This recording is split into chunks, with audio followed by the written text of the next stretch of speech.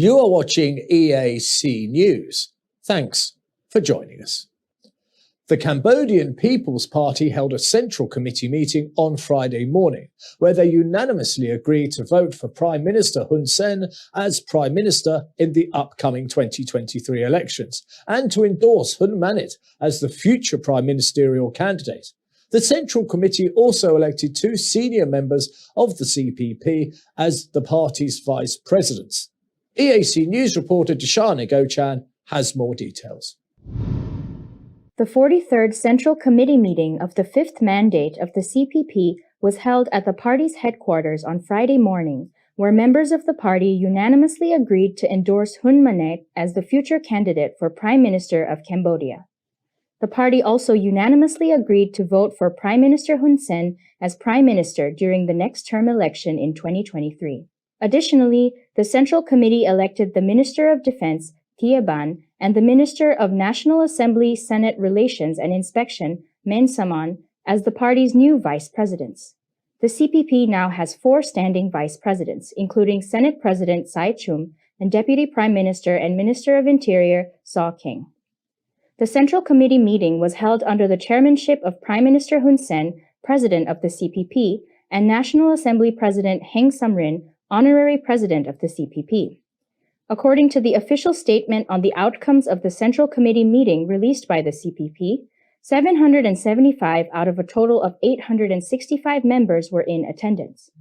The statement continued that the conference was held in the spirit of unity, democracy, and the highest responsibility for the cause of the nation and the people. The statement includes that the Central Committee calls on members of the CPP at all levels to strengthen solidarity and internal unity, and to strive to continue to implement the party's political programs and decisions successfully to serve the highest interests of the nation and its people, and to maintain peace, independence, sovereignty, and territorial integrity at the highest order, so that Cambodia can be strong and stable forever.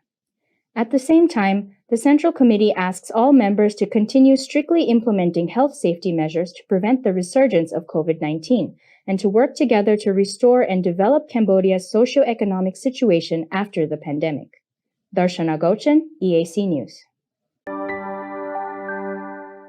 You are watching EAC News. Thanks for joining us.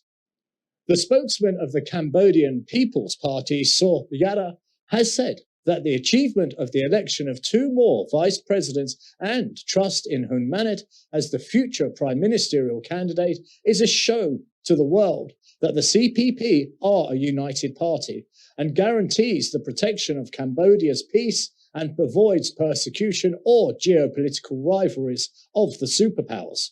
EAC News reporter Dashana Gochan has more. Speaking at a press conference after the 43rd Central Committee meeting of the CPP on Friday, spokesman Su Yara stated that the CPP has made people's individual security and national security a top priority of the party, rather than focusing on the person who will be selected as the next prime ministerial candidate. He said that the main reason for this is because they want to show that the CPP has a strong sense of unity over resistance to enemies and persecution of geopolitical rivals of great powers, and is strongly committed to the maintenance of peace and national stability, which is bigger and more important to the party than any internal competition over who will run for office or the role of prime minister.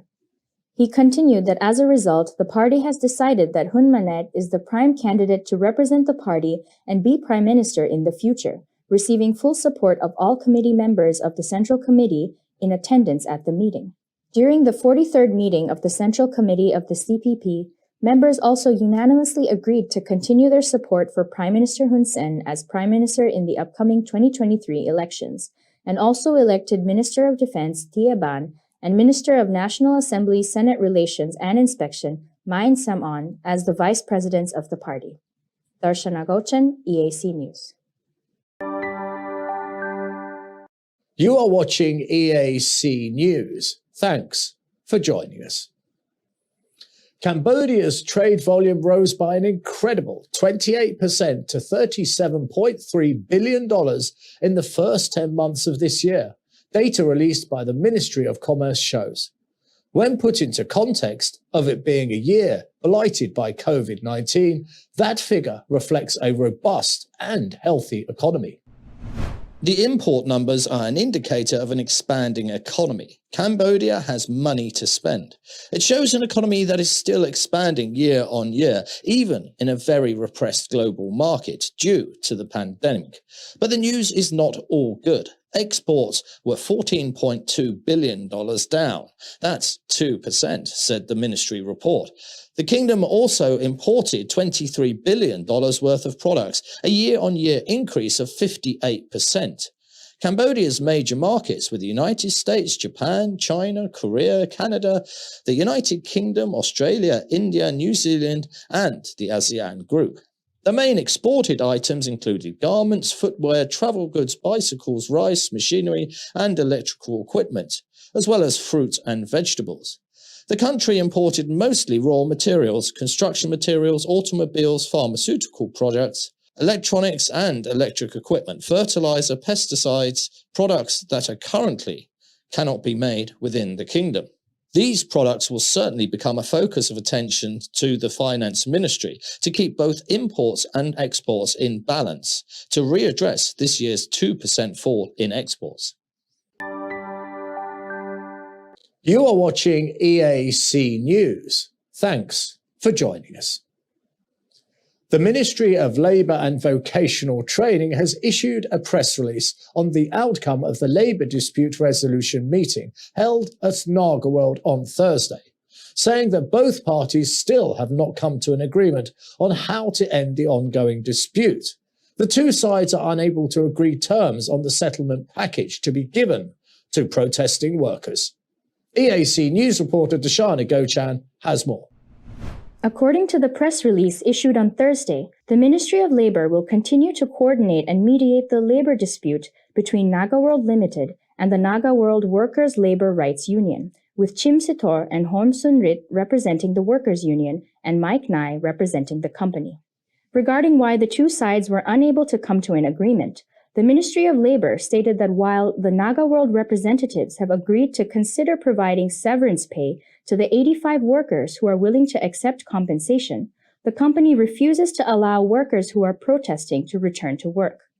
This is a point of dispute that the Workers' Union were unable to accept, as they are demanding that the company provide a settlement package which entails accepting protesting workers back into employment first, then providing severance payments to the 85 workers who agreed to receive compensation in accordance with the law and under the coordination of the ministry. Currently, the Ministry of Labour continues to encourage both union members and employers to continue cooperating with the ministry and the competent authorities to end this dispute in a spirit of mutual understanding. Darshana Gochan, EAC News. You are watching EAC News. Thanks for joining us. On Monday, exactly 10 months after the major outbreak of the February 20 community transmission incident, Prime Minister Hun Sen has put an end to this chapter in Cambodia's history. The announcement, released in a voice message, finally addresses the biggest struggle of the kingdom in its fight against COVID-19. EAC News hit the streets of Phnom Penh to check how citizens have dealt with their life and finances during these 10 months and what they expect after the announcement concluding the incident. EAC News reporter Yuri Matosko has the story. The February 20 community outbreak started when 4 tourists escaped quarantine from Soka Hotel, bribing security guards, resulting in more than 120,000 infections, with over 3,000 people losing their lives. Just when the kingdom has recorded no deaths for the first time in several months, Prime Minister Hun Sen has surprised the whole country, announcing the end of the incident. It comes as a good surprise for the Cambodian people, who have struggled with business or even with schools being closed to avoid the transmission of the virus. The efforts have shown good results, especially thanks to the well-implemented vaccination campaign and the public support, reaching more than 90% of fully vaccinated citizens. EAC News asked people in the streets how was life during the February 20 community outbreak and what are they expecting for the future after Prime Minister's announcement. Before it was hard, but after they reopened the country, now it's better.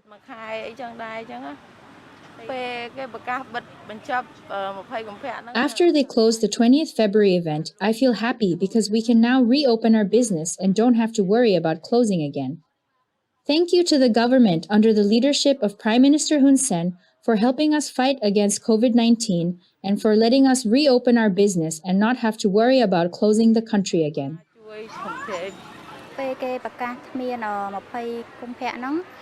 When they first announced about the 20 February community outbreak event, the selling has decreased, no customers, so it's also made the family finance decrease too. After Prime Minister has announced the closing of the 20 February community outbreak event, the market can reopen business and sell like normal, so there's more customers coming to buy. When they announced closing the 20 February community outbreak event, I feel happy because I can reopen my business like before and I can go wherever I want. It's not hard like before. I would like to say thank you to the royal government for help fighting against COVID-19 and reopen the country for people to be back on their business like before.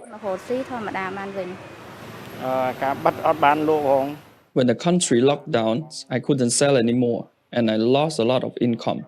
When they reopen the country, all the traders can come back to sell and there's a lot more customer too. My livelihood is also better than before.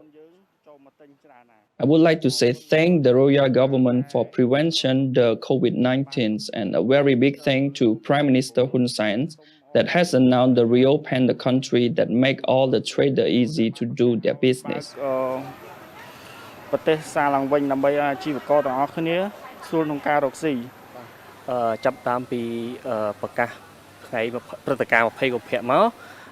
After the 20 February event has announced, we have worried that will spread more and more and will affect our business. After the head of government has announced the closing of the 20 February community event, our business now can run better and also there's more customers coming. They don't have to worry again because they already understand about the 20 February community event. So after the reopening of the country, people don't have to worry.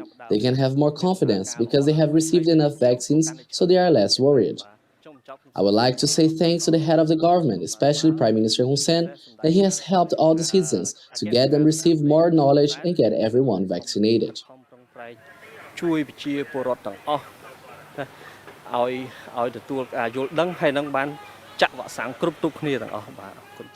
The Cambodian leader has made a decision in the wake of the Omicron variant, with 4 important cases detected from international arrivals. However, he has urged people not to get panic. In his speech on Monday, Prime Minister says that the death toll has come down steadily to this day, with no deaths being recorded, and it is considered a success or a big reduction in the struggle with COVID-19. Prime Minister Hun Sen has also thanked international partners and nations for helping Cambodia towards success on the vaccination campaign.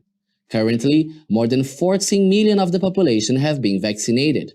However, he still continues to encourage everyone to get their booster shots. He has hope that there will be no longer community outbreak that will occur in Cambodia and that people will continue to learn to live with COVID-19. Yuri Matosco, EAC News. You are watching EAC News. Thanks for joining us.